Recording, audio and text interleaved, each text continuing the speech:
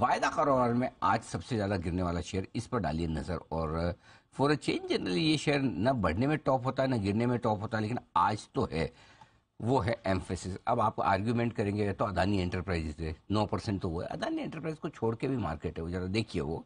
तो अदानी को एक साइड में हटा दीजिए, तो फिर सबसे ज्यादा घटा हुआ है एम्फेसिस। क्यों वरुण बताइए, क्यों इतना गिरा है भाई? खाली एक रिपोर्ट?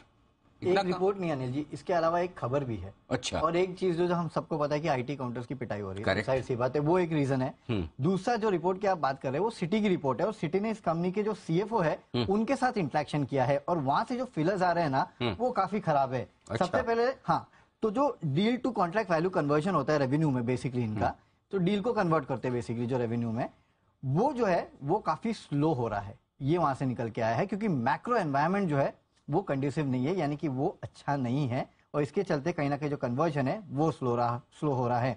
दूसरा पॉइंट, इन्होंने कहा है कि Q4 में जो मॉर्गेज बिजनेस है वो म्यूटेड रहेगा, यानी कि वो कमजोर रहने वाला है। ये इस कंपनी के सीएफओ का कहना है।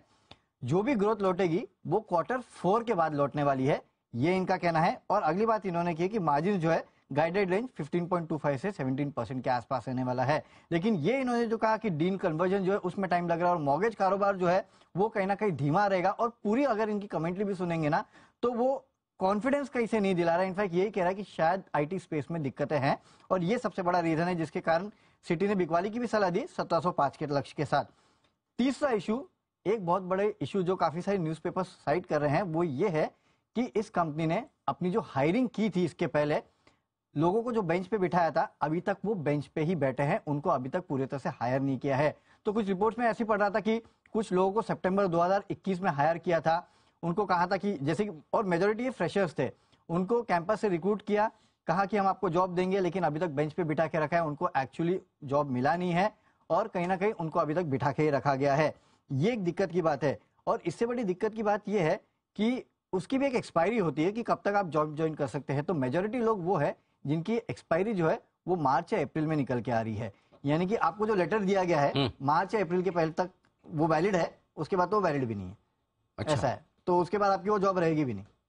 अच्छा। तो और ये जो इंतजार वाला पीरियड है उसके पैसे मिलते कि नहीं मिलते? नहीं अनिल जी, उसके पैसे नहीं मिलते। नहीं मिलते? नहीं मिलते, जहाँ तक मैं जानता हूँ नहीं मिलते उसके पैसे। नहीं मिलते होंगे यार।